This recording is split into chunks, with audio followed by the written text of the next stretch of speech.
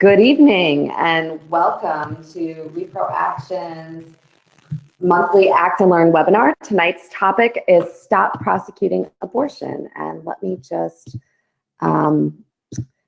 having one technical difficulty, excuse me, so I can make my screen work correctly.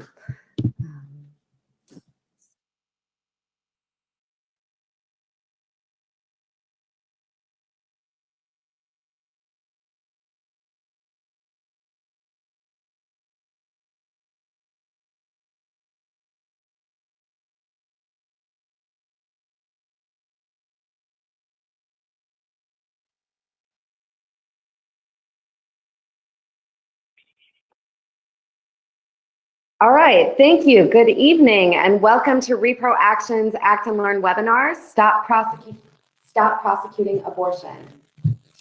Joining us tonight are your hosts, the co-founders and co-directors of Reproaction. The first voice that you hear is Erin Matson, and I'm based in Arlington, Virginia. And the second voice you're hearing is Pamela Merritt, and I'm based in St. Louis, Missouri. The agenda for tonight's webinar is a brief introduction of Reproaction for those who are not familiar with our work. And then there's going to be a presentation on Stop Prosecuting Abortion, followed by a panel discussion with Susan Yanow, who is with Women Help Women, Farah Diaz-Tello, SIA Legal Team, and Danielle Castaldi-Micca, National Institute of Reproductive Health. After the panel discussion, there will be a discussion of next steps, and then there will be time at the end of the webinar for Q&A. If you do have a question, please go to the GoToWebinar control panel and drop your question into the question tab. At the end of the webinar, I will facilitate a discussion with those questions and try to get in as many as possible. And the hashtag for live tweeting tonight is Stop Prosecuting Abortion. Reproaction is a new direct action group that forms to increase access to abortion and advance reproductive justice. We are proud of our left-flank analysis, our willingness to hold folks on all sides accountable, whether they identify as allies or the opposition, and our commitment to nonviolent direct action. All right, thank you, Pamela. So it's critical that we stop prosecuting abortion and that we stop abortion opponents from achieving their vision, a vision of a world where people are punished, jailed, and imprisoned for abortions, in some cases even executed. And so we know that the logical consequence of banning abortion has always been sending people to jail. And pro-life leaders, folks who dare call themselves pro-life, even though they're anything but, often claim when they're talking about punishment for abortion that only abortion providers should be punished. And to be clear, that is horrific and takes place against a backdrop of a long history, decades of terrorism and even assassination of abortion providers. There are many reasons a person may choose to self-manage their abortion. And what we know is that particularly with abortion being prosecuted, it's happening against people who are self-managing or inducing their own abortions. So it is a gross infringement of a person's human rights to prosecute them for having an abortion or for having a self-managed abortion or any type of abortion. Where I live in Virginia, this is a relevant issue and it's relevant around the country. I can speak to two cases that are local here in my own backyard. Number one, there's a woman named Michelle Roberts in Virginia who only a few months ago, had felony charges dropped that were pending against her for self-managing abortion. Similarly, just within less than a year ago, a woman named Catherine Dellis in Virginia experienced a stillbirth and miscarriage at home, and some prosecutor thought he knew better and decided to prosecute her. And in fact, she was convicted, and she was then later pardoned by our governor, Ralph Northam. And I just want to highlight that because there's some othering that takes place routinely within the reproductive rights movement where we talk about red states and blue states and purple states, and we make assumptions about what's going to happen where based on the political composition of the state. And where I live in Virginia, we have a governor and we have an attorney general who are considered reproductive rights champions. And this stuff is still happening right here. So no one is safe. It's truly a national issue. One notable case of prosecution against pregnant people, which is horrific, is the case of Purvi Patel, who was sentenced to 20 years in prison in Indiana for self-managing her own abortion. Her sentence was eventually reduced, but not until after she'd already served more than a year in prison in a gross infringement of her human rights. Roe's Unfinished Promise, a study conducted by the SIA Legal Team, and we've got Farah from the SIA Legal Team who will be talking with us later this evening, found 21 arrests for self-induced abortion and criminal investigations in 20 states for self-induced abortion since 1973. It is truly terrifying. And what I want to stress that's important is often people will talk about because Roe v. Wade for the moment is still the law of the land, that we still have a federal constitutional right to abortion. Some people think everyone has access to abortion. That's not the case. And some people think that self-managed abortion is only an issue if Roe falls. That is not the case either. And finally, some people only think that people may go to jail for abortion if Roe v. Wade falls, and that's also not the case. People are already going to jail for self-managing their own abortion. And at Reproaction, we decided to take a closer look at what people who dare call themselves pro-life have to say about cases where the person is both the abortion provider and the patient. And we decided to ask those questions. So first, I'm going to just kick off a video here. This is the Reproaction's first in an ongoing series of videos that we will launch as part of our Stop Prosecuting Abortion campaign, where we ask abortion opponents simple, important questions. And with that, I will cut to the video.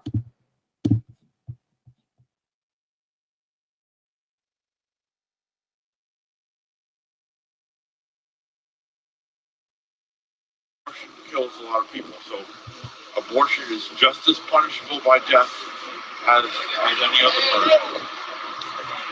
Amen. Operation Save America, an extreme national anti-abortion organization that has met with government officials, held a protest outside an abortion clinic in Milwaukee. Many protesters and speakers that day traveled from all over the country.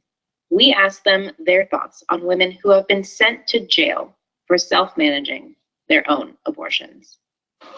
So Purvi Patel served over a year in prison in Indiana for giving herself an abortion. Is that right? Yes, absolutely. I live in Indiana. So you're familiar with that case? I am familiar with that case. I'm also familiar with the piece of legislation we have that will criminalize abortion. Can you support that? Absolutely. I petitioned for it. I campaigned for it. So do you think that the doctors should be going to jail? They should be executed. Yes. They should be executed. Yes, God's law. Should women be punished for not obeying God? And the answer to the question is broader than that, but the short answer is yes. So do you think that women should go to jail?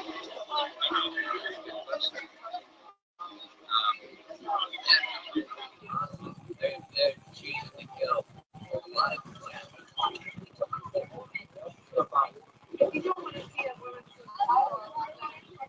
How do you want to see her in jail? She's committed. You would have a problem with someone who left a child, right?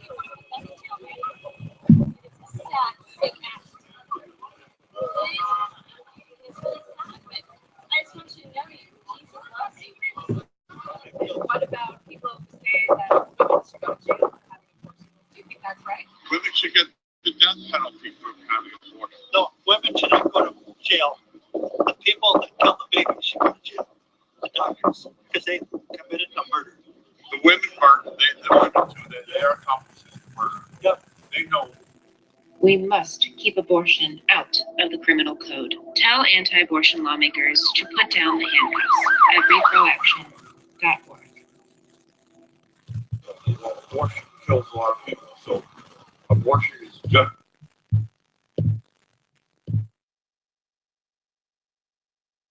So that's deeply disturbing. And we know that abortion opponents have long had a problem with violence in their movement. And it is true.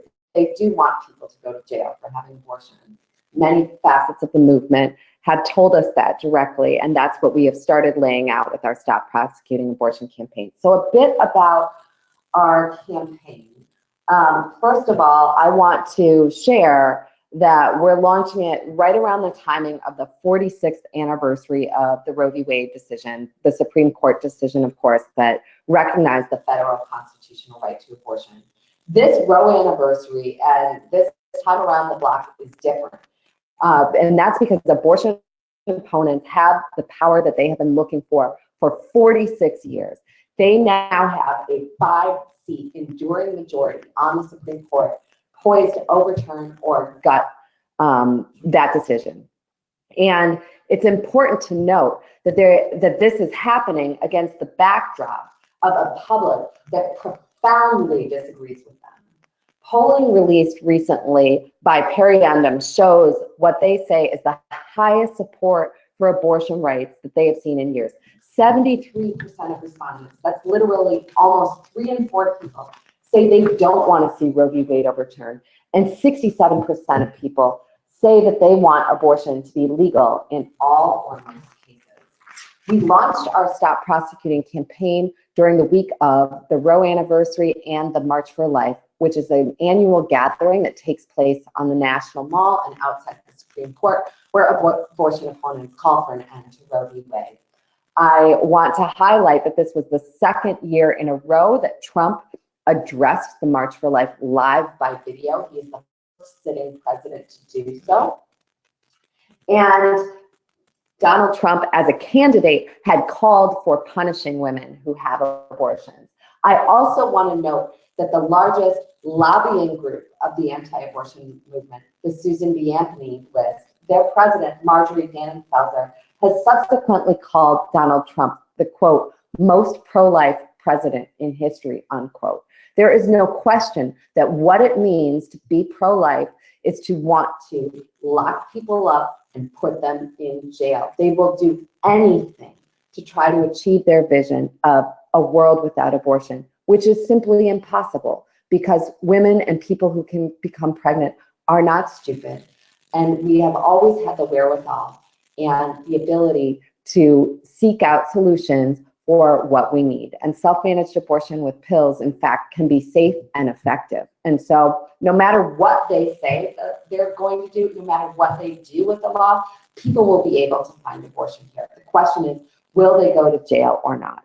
And our Stop Prosecuting Abortion campaign demands that the pro-life movement be held accountable for putting people in jail for pregnancy outcomes. And one thing I want to stress before we move into our panel is that it's not just about abortion.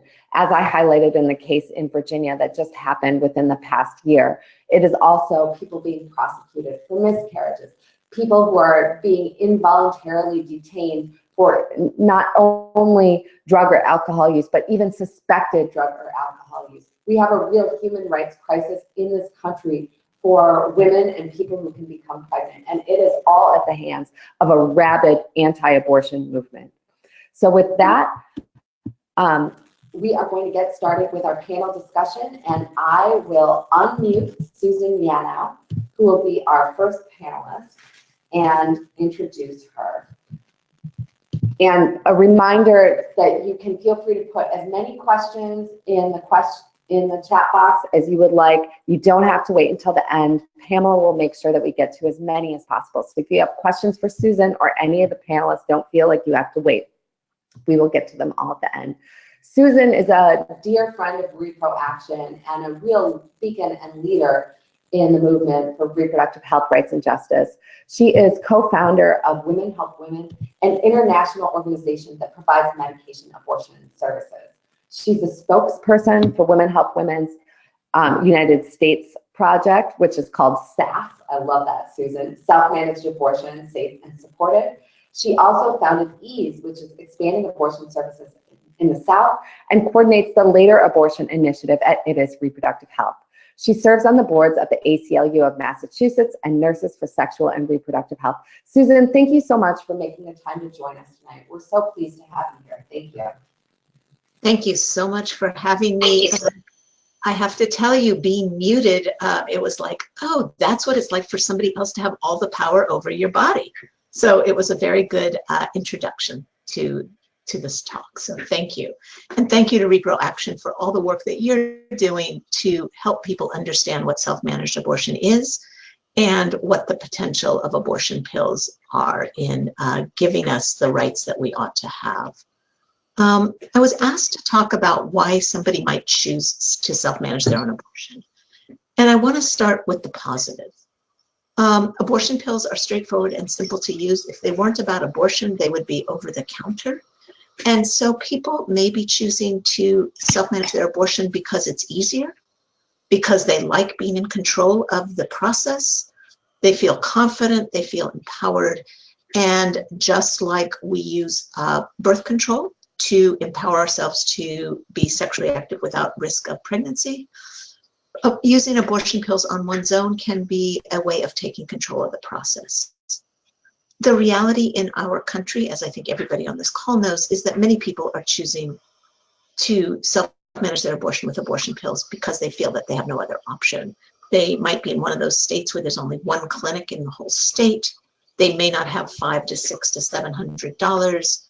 They may be in a state with waiting periods and they have nobody to watch their kids. So certainly the lack of easy access, the enormous number of restrictions in many of our states is also a driver of people using abortion pills.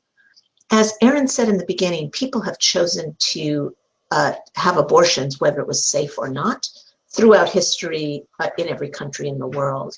And thanks to the women in Latin America who started using misoprostol off-label, we now have a very safe method. Abortion pills are safe, they are effective. There is a brand new publication from the World Health Organization that gives clear protocols and recommendations for using mifepristone plus misoprostol or misoprostol alone to 12 weeks. And the new publication talks about task shifting to the community level, recognizing that this process has been way too medicalized and it doesn't need to be.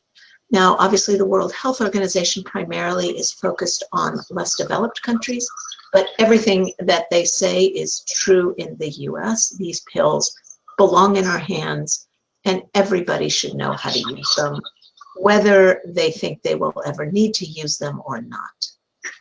So, as was mentioned, while these are very medically safe pills, in many, many states there are attempts to criminalize the behavior of pregnant people, and particularly to prosecute and go after people who are suspected of having their own abortion. So one of the most important things that the SAS project does is not only educate people about how to use the pills, but to help them recognize what signs of a complication or an incomplete might be and what to say if they go to a doctor. And the critical point that I hope everybody on this call will take away and then go to abortionpillinfo.org to learn more is that abortion pills cause a miscarriage. Miscarriages happen in 15 to 20% of all pregnancies. If a person is having a miscarriage, whether it is spontaneous or happening because it was induced by abortion pills, they can get treated at any hospital or by any doctor in the country. All doctors know how to treat miscarriage because it's so common. The important thing to note is that there's no test of blood or urine for abortion pills. And if a person says they are miscarrying, they will get exactly the treatment that they need because essentially an abortion with pills is a miscarriage. So in many, many of the cases where people have been prosecuted, people told the doctor or nurse, oh, I'm bleeding a lot and, I took these pills and I'm just scared. And by saying they took the pills, they have incriminated themselves. Had they just said, I'm bleeding, I was pregnant and I started bleeding and I don't know why, or I'm bleeding and I don't know why, they would not have been arrested because there's no way, or they probably wouldn't have been arrested. because there's no test for these medicines. So if somebody is planning to self-manage their abortion, they really need to understand how to keep themselves legally safe and medically safe. The protocols for using the pills are quite straightforward. One needs 1 mifepristone plus 4 misoprostol taken 24 hours later if one is under 12 weeks. And with misoprostol alone, which is a little easier to obtain because it's also used to treat arthritis and to treat ulcers, and it's used to treat arthritis in dogs, for example, one needs 12 misoprostol. And the protocols for exactly how to use the pills are on the website abortionpillinfo.org. If anybody has a question while using the pills, through that website, the SAS website, they can send a question to one of the SAS counselors who are staffing the website 14 hours a day in English and Spanish. They will contact them through a secure portal, and their email will be totally secured. So if you know of people who are self-managing and they have a question and are afraid to call a doctor or a nurse, they can contact the well-trained counselors at SAS at any time and get an answer to their questions. And why don't I stop there and see if people have any questions about self-managing? Thank you for that, Susan. And we're going to get to all the questions at the end. So I want to just really thank you deeply for sharing your expertise on this webinar. This is not the first time that Susan has joined us on an Act and Learn webinar, and she is just an incredible resource on self-managing abortion with pills and on abortion in the United States and around the world. So I also want to point out that Reproaction is separate from our Stop Prosecuting Abortion campaign. We also have a major national campaign on self-managed abortion with pills. And on our website at reproaction.org, you can find fact sheets with information about the World Health Organization protocol for using either misoprostol alone or mifepristone and misoprostol in combination. We also are running community forums and open conversations about self-managed abortion around the country, in addition to more intimate gatherings with activists. And so encourage you deeply, if you're somehow watching this webinar and you're not already on our email list, you'll want to get on that because we have a range of activities coming, and we're always proud to work with you, Susan, and lift up your work and expertise. So I think I'm going to pass it over to Pamela to start up the conversation with Farah. I'm sure there are questions for Susan. Please put those in the chat box. And Susan, with your consent, I will put you back on mute. Sure. Absolutely. All right. Thank you, Susan. Always a pleasure.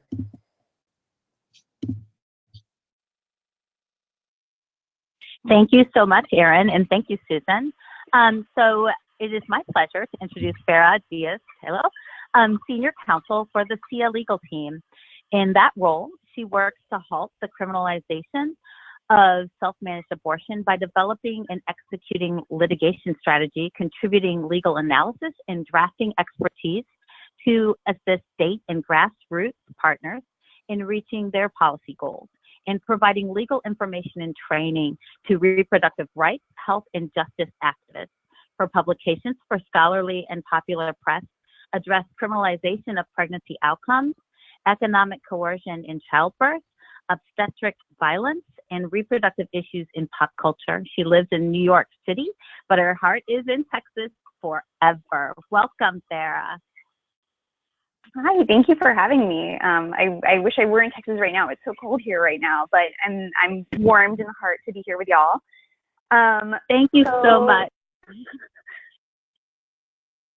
Well, let's just dive right in. Into it. Yeah, excellent. Okay, I'm raring to go. I'm so excited. Well, so I want to start off by telling folks a little bit about the SIA Legal Team and how we came into existence. And essentially, so this is an issue that has really come to the fore in the past couple of years, mostly because of people's anxieties about the future of clinic-based access. But this is really an issue that is as old as pregnancy itself. So the forces that conjured the SIA Legal Team into being were actually questions that were arising from the reproductive rights, health, and justice activists and advocacy communities. A lot of people were noticing the trend in increasingly harsh penalties for people who are suspected of self-managing abortions, including Purvi Patel and some of the cases that you've mentioned, and some others that have transpired over the past few years. And so a lot of folks wanted to know what the law was and how it would affect their communities and the communities they work with. So there were questions from people who directly interface with people who are considering ending a pregnancy, from abortion fund hotlines and options counselors, folks who want to be able to relay information about how people can safely end a pregnancy, and healthcare providers in hospitals or in other settings who wanted to understand their responsibilities to protect patient confidentiality and whether they were legally obligated to turn people over to law enforcement if they believed that they had self-managed an abortion. Just to make sure that it is totally clear to everybody, they are not. We know of no legal requirement in any state where somebody is required to report an individual believed to have ended their own pregnancy. So essentially, there were a lot of questions and a lot of warranted anxiety because of the arrests that had been happening. And so the SIA Legal Team in 2015 set out to answer those questions. At the time, it was the Self-Induced Abortion Legal Research Team, because the idea was that, by knowing what the law was, and people could be forewarned and forearmed, and that would solve the problem. And it turned out to be much more complex than we initially anticipated. So it turned out that just looking at the criminal laws, there are 6 states that have laws that directly criminalize self-managed abortion. And that number may come as a surprise to some folks. Some may think it's high, some may think it's low, but it's important to have a historical context on this. So, we think about, or like when we hear the terminology illegal abortion, often people have a misunderstanding that historically it was a criminal act for a person to end their own pregnancy. And that's not actually true. From the earliest law in our nation, the common law, it wasn't considered a crime for a person to end their own pregnancy. So when state legislatures started to try to regulate the practice of medicine by imposing criminal abortion laws in the mid-19th century, those were usually laws that were applicable to a person who performs abortions, not people who have them themselves. So these 6 states, actually when we did the research, it was 7 states, but thankfully New York is now not in that population anymore, thanks to hard work by probably a lot of folks on this line, including Danielle, who y'all will hear from in a little bit.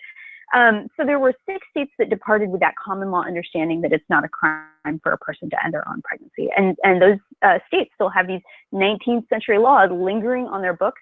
Most of them have been declared unconstitutional, either by a court or by a state AG, but nevertheless, they remain there, a sort of looming danger for people. And they have been used, in recent years. There were criminal prosecutions even here in New York State. So in addition to those, there are 14 states that have criminal abortion laws that were these ones that were mostly passed in the 19th century, early 20th century, that criminalize people who perform abortions. But many of them are written in such a way as to be unclear, in such a way that prosecutors seize upon the lack of clarity and essentially charge a person as though they are their own illegal abortionist. So the case that came up in Virginia recently, Michelle Roberts, that was how she was charged with a crime that had never been applied to a pregnant person themselves in the entire history of the existence of that law. And now prosecutors with political motivations were finding new and unanticipated ways of using these laws. In addition to that, there are 10 states with what I call fetal harm laws that don't adequately protect the pregnant individual themselves. So to give a little bit of an idea of what fetal harm laws are, so these are laws that are passed in the guise of protecting pregnant people from acts of violence. So very often there will be some high-profile case where somebody commits an act of violence against a pregnant person and causes them to miscarry or have a stillbirth. And then in response to that, lawmakers will pass a law making it a crime, often a homicide offense or an assaultive offense, to cause harm to a fetus. And unfortunately, upshot is that invariably these laws end up getting turned around and twisted and used against pregnant individuals themselves. So that, an example of that was Purvi Patel's prosecution. She was prosecuted under a law that had been passed after a pregnant bank teller had been shot in the abdomen and caused to lose a pregnancy. So if you are just looking at those numbers, 6 states do this, and 14 states do that, and 10 do this, and some of them are the same states. It seems like, not a lot. Like maybe the threat isn't great. But this obscures the fact that there are actually 40 different types of laws on the books, which exist in virtually every state, with which a prosecutor might try to punish somebody. And what we've found is that almost regardless of what the law says, if a prosecutor decides that they want to punish somebody for ending a pregnancy, they're going to find a way to do it. And so that could mean dredging up old laws from antiquity. It could mean repurposing laws that were never intended to be used in that manner. So laws regarding improper disposal of remains, or child abuse laws, a real plethora of laws that are twisted and used against people accused of ending their own pregnancy. So with this, we realized, not only did we need to inform people of what the law was and inform them of their rights in all of this, but there was a desperate need for legal support for individuals who need legal information. And that most importantly, we needed to transform the legal landscape to ensure that nobody has to fear jail time or arrest for ending a pregnancy. There is one piece of silver lining in all of this, and Aaron referenced it earlier, the peri-endum research that shows that support for abortion rights is higher than it's ever been. And I think that if we were to drill down and ask people whether or not they think that people should go to jail for ending a pregnancy, I think that the levels of support for abortion rights in that sense would be probably even higher. It's something that's unpalatable, despite the terrifying video of people who are committed to criminalization. And so what this means is that we have an advantage and get to have the conversation on our terms, and really, I think, hold policymakers accountable, and raise the fact that, when we talk about criminalization of abortion, we're not just talking about criminalizing a procedure or criminalizing a provider. We're talking about real people and people who end pregnancies. And, we know that is an extremely common experience. So we really want to encourage folks to be aware of the law in their jurisdiction. So I definitely direct you to our website and the Roe's Unfinished Promise report there.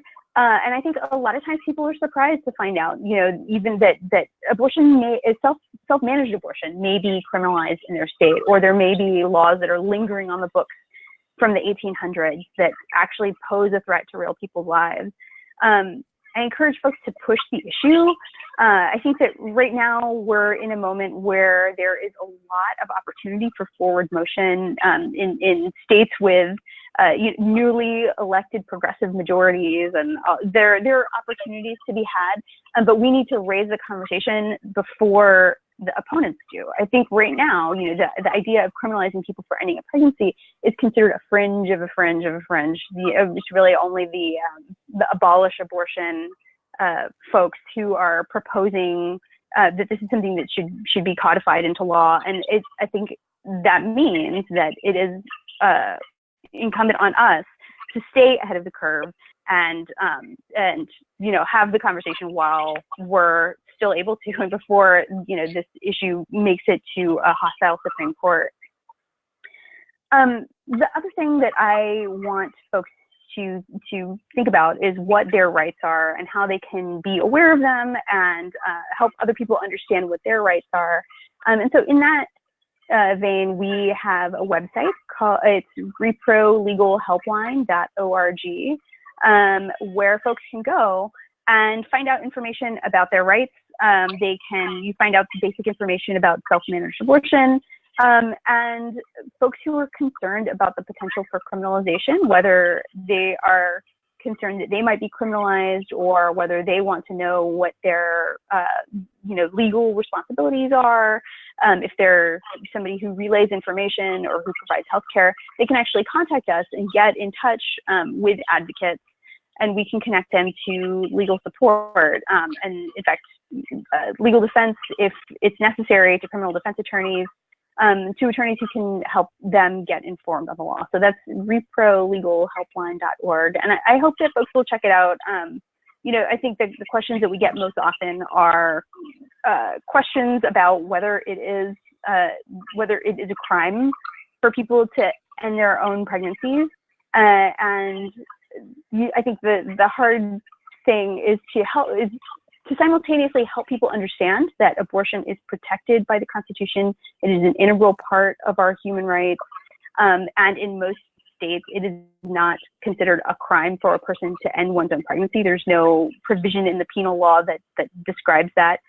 But that doesn't mean that they don't face the possibility of unjust arrest and unwarranted legal intervention if they end their own pregnancy. So the best thing for them to do is to understand their rights, understand how they can protect their own privacy, and with that, I will pass it back to our organizers. Thank you so much. Farah, thank you so much. That was amazing. And with that, I will put you on mute with your consent and hand it over to Karen. Thank you, and thank you, Farah. That was awesome. All right, let's move to our next and final panelist. It is Danielle Castaldi-Micca. She develops and implements legislative strategy at the state and local level to promote proactive abortion, contraception, and reproductive rights legislation in New York at the National Institute for Reproductive Health. She also oversees government affairs and administrative advocacy work in the State House and city halls. And if you haven't heard the news yet, she's winning. I'm so excited to get Danielle on the line. She also manages electoral engagement for local, county, and state level elections and runs the National Institute for Reproductive Health's PAC. Previously, she served as Director of Women's Community Affairs for the New York City Council and as an aide in the New York State Senate. Danielle has also managed field and Get Out the Vote programs for electoral campaigns. Danielle, thank you so much for joining us. And let's dive right in, shall we? So Sure. My first question to you is, how can we help to reduce stigma surrounding abortion, period, including self-managed abortion with pills? Sure. Well, I'm hearing a terrible echo. Hold on one second. I don't know if that helps. I'm hearing better now. Back like 10 seconds after I speak. Oh, you know what? Are you on your computer? Just turn off the volume on your computer. The rest of us can't hear it. I'm not having, my computer is also muted. It's okay. I'm going to power through. I think the thing that we learned in New York in the process of passing the Reproductive Health Act, which happened a mere 8 days ago, and still feels a little bit surreal. With the Reproductive Health Act, we criminalized abortion writ large in New York. So what that means is we removed it in its entirety from the criminal code, including our criminal ban on self-managed abortion, which Farah talked about a little bit in the history of that, and we were the seventh state. And the fact is that nobody knew that was on the law books in New York, with the exception of prosecutors. And I don't think they even really knew it was on the book. It was more a matter of like, okay, well, what are the things that fit the description of what has happened in this scenario?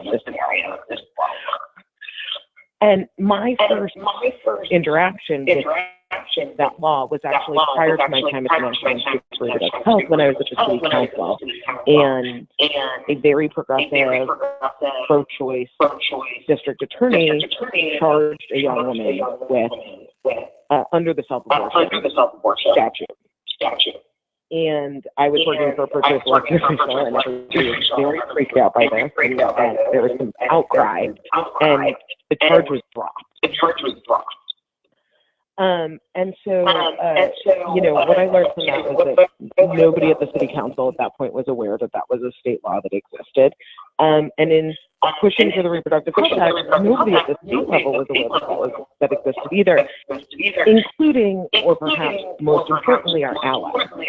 So one of the biggest things that I think, and I don't think that we have solved stigma around self-abortion in New York by any means, but not forcing people to talk about it, and in particular forcing our allies to talk about it and understand what it means and understand why folks may be choosing it, I think is really important. It's also helpful that, especially in New York City, but frankly in the entirety of New York State, we're a place of a lot of and I think that in the Donald Trump era, people are becoming clearer about why, in particular, undocumented communities may be uncomfortable accessing the medical system, and that was really a example that seemed to resonate with people, and at least with supporters, and didn't trigger sort of particularly stigmatizing reactions in the way that we thought they might. The other thing that we really learned in doing messaging research on this, we ran lots of different online tests around self-managed abortion and around language around it. And people understood what we were talking about much quicker than we expected them to once we sort of started doing that education. And interestingly to me, the two messages that resonated the best were just general. No one should go to jail for making this choice for themselves and on their own bodies. And messaging around the idea that this will overwhelmingly impact non-white women who are already overwhelmed. They weren't huge sort of statistically significant studies, but anecdotally, I thought that was very consistent information that we were able to learn. So primarily the issue was that outside of reproductive rights circles, nobody knew that it existed or was an issue, and the biggest sort of stigma buster that we were able to do was raise it in a non-fear-mongering and non-stigmatizing way, and be able to we sort of have this tool of we have this law in the books, it's 1,000,000 years old, we need to repeal it while we're repealing all these other criminal laws. So Danielle, one question before we move on, additional question I have for you is I'm seeing a great deal of pushback from abortion opponents to this fabulous new law that you just got on the book in New York. And in particular, one of the more fascinating intersections with this topic that we're discussing tonight is, in particular, I, to be honest, am surprised at how loudly abortion opponents seem to be taking issue with the fact that abortion was decriminalized. And they're digging in on that and making wild claims that I'm sure you can talk to our group about. But I was surprised that they actually want to have an open conversation about making abortion criminal in this way.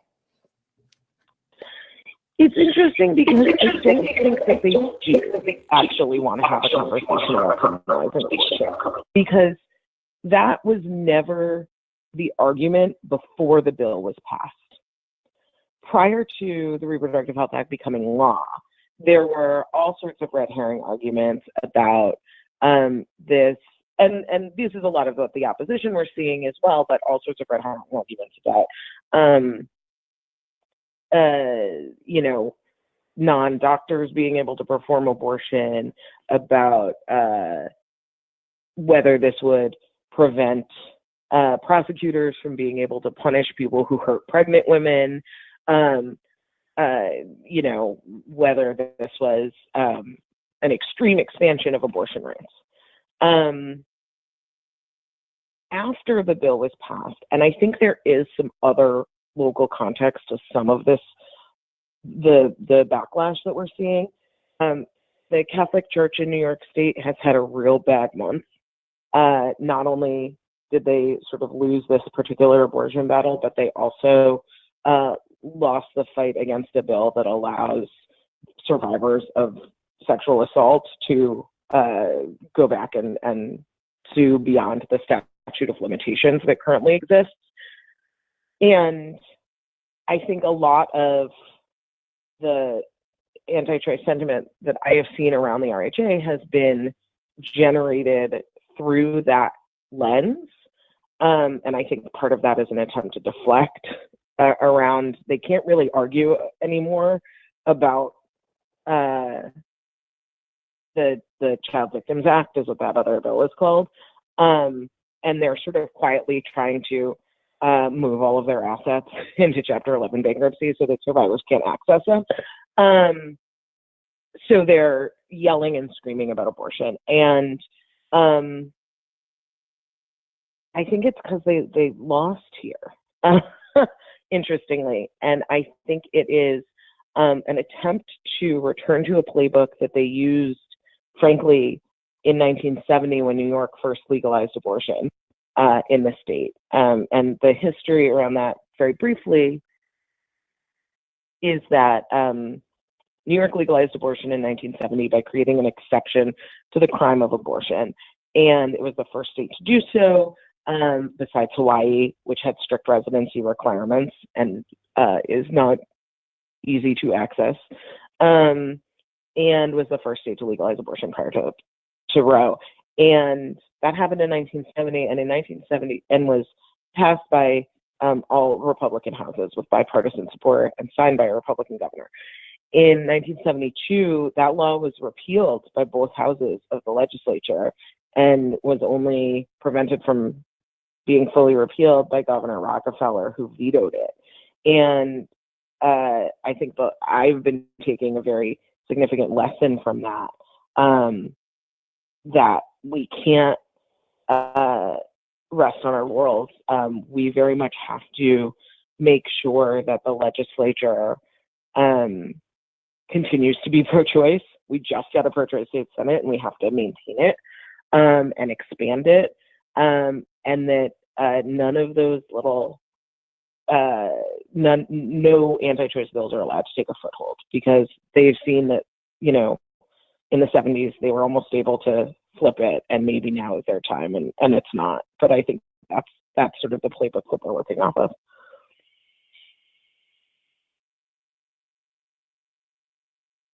Thank you, Danielle. And to folks, please put questions that you have for Danielle or Farah or Susan in the chat box.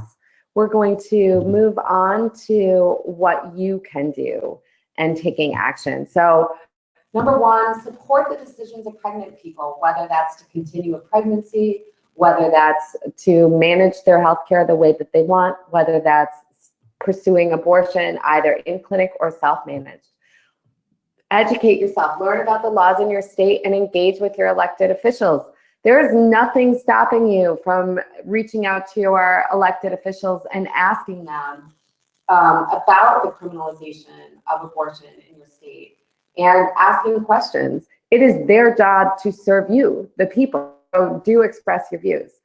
To learn more about our Stop Prosecuting Abortion campaign, please go to reproaction.org/stop, and you can watch our first video and other videos as we continue to release them and get engaged with other actions that you can take. And then also on our website, you can engage with our Self-Managed Abortion with Pills campaign and educate yourself about the safe and effective use of pills to end a pregnancy in the first 12 weeks. Medication abortion offers so much potential to increase access to abortion in this country. It is safe, it is effective, and it is important that we all get the word out.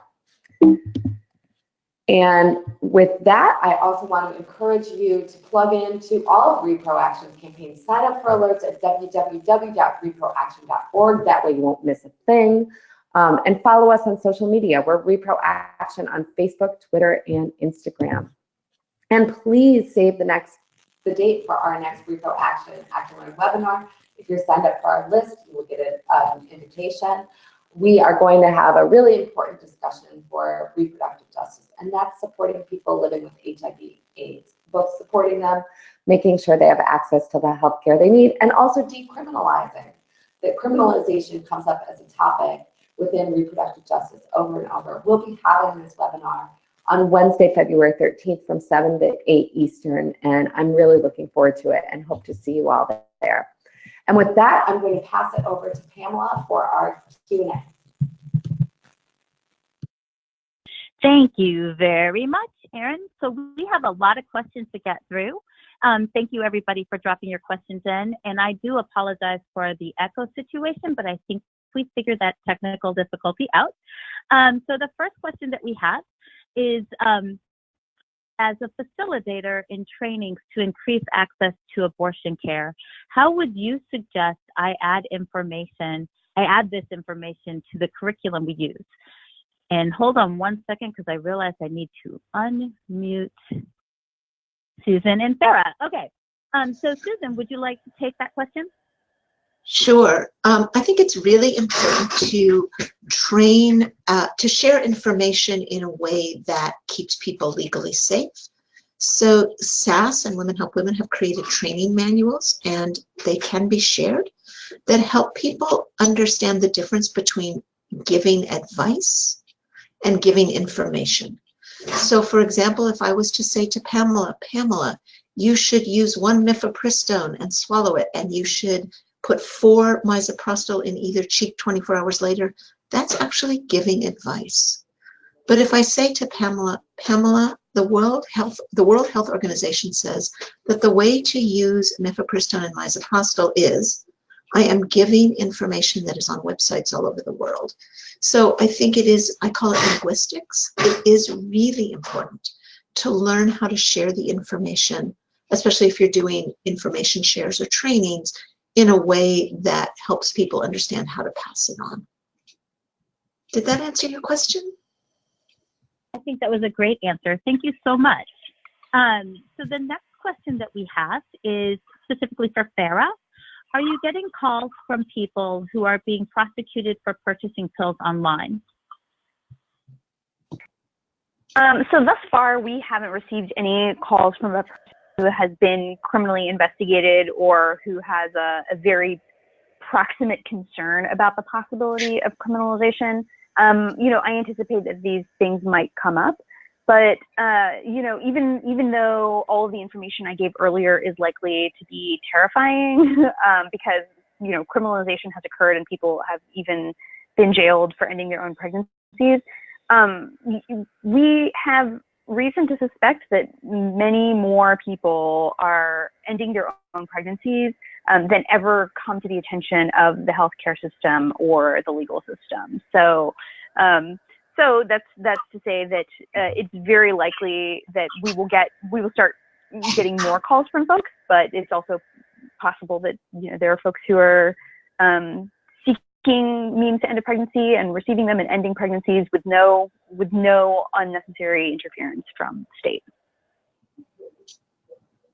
Thank you so much for that. So the next question we have is a question about the difference between misoprostol, which I of course always mess up, abortion versus using the combination of mifepristone and miso. So is one better? Sure. So misoprostol alone, misoprostol is a prostaglandin. Misoprostol alone is 80 to 85% effective in ending a pregnancy in the first 12 weeks.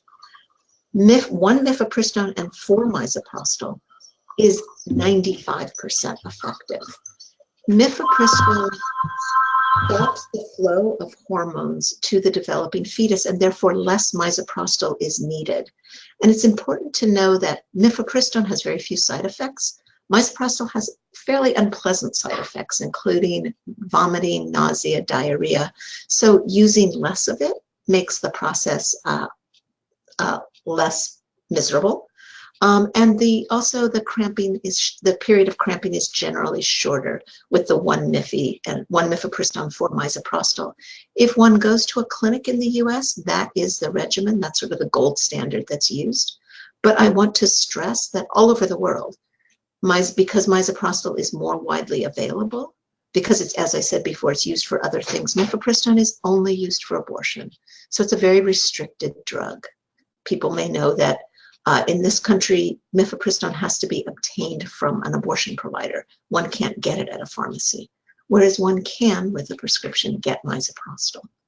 So while mifepristone plus misoprostol is more effective, misoprostol alone works 80 to 85% of the time. Thank you so much for that. And the next one, next question is actually one that that we've actually heard a lot as we have been doing the self-managed abortion campaign and out in the community. The issue of living in a very conservative, red heartbeat state and trying to figure out, you know, what is the best action to take. And then you are learning about self-managed abortion with pills, and the instinct is, do I stockpile these pills? So, Susan, if you want to talk about that a bit. So stockpiling the pills. These pills are not so easy to get. People are getting them. They're getting them through the internet. They're getting them, you know, from other countries. But it's not cheap to buy them from the internet. So stockpiling is not easy to do. Also, it's important to know that the mifepristone does have a shelf life of 1 year. So one can't stockpile it forever. So the other issue is, and I would defer to Farah on this, but well, one, nobody has been prosecuted specifically for ordering pills. I would imagine if somebody was arrested and had a stockpile, depending on the state, they might have some fairly serious legal problems because it's obviously not just for their own use. And I would assume that there would be charges about inciting a felony and distribution and all that good stuff. I defer to the lawyer on the call, but I'm not sure stockpiling as much as learning where one can get it and how one can get it, and the best way to use the pills is probably a more effective strategy. And let's remember that it isn't just the so-called red states. We know that since Roe was passed, there have been communities in this country who have not had access. And while we're facing more restrictions and more people who will have trouble, there are already lots of people who are having problems. And the first study of self-managed abortion that was published was in 1990, and it was a study in New York City, which no matter how you measure it, has to have the best access of any place in the country with the subways and Medicaid coverage. And yet there were people choosing to self-manage in New York City in 1990. So we don't really know all the reasons people are doing it or how much it's happening. But I don't know that stockpiling is the best response. I think being educated. So much. And just briefly, Farah, did you want to weigh in or refer people to the website? Yeah, I did. I wanted to add on to that. Definitely, I mean, I am not the sort of lawyer who will tell people do or not do, because that, you know, is not my role, but definitely like people should take into consideration the fact that every state has laws that prohibit the possession of prescription medications without a valid prescription. And both mifepristone and misoprostol are medications that have to be obtained by prescription in the United States. Certainly, people have faced prosecutions for possession of a dangerous drug, which essentially is a prescribed medication that has not been prescribed for them. So I think if somebody were to stockpile abortion-causing medications, they would face legal risks as they would if they were stockpiling any other medications they did not have a prescription for.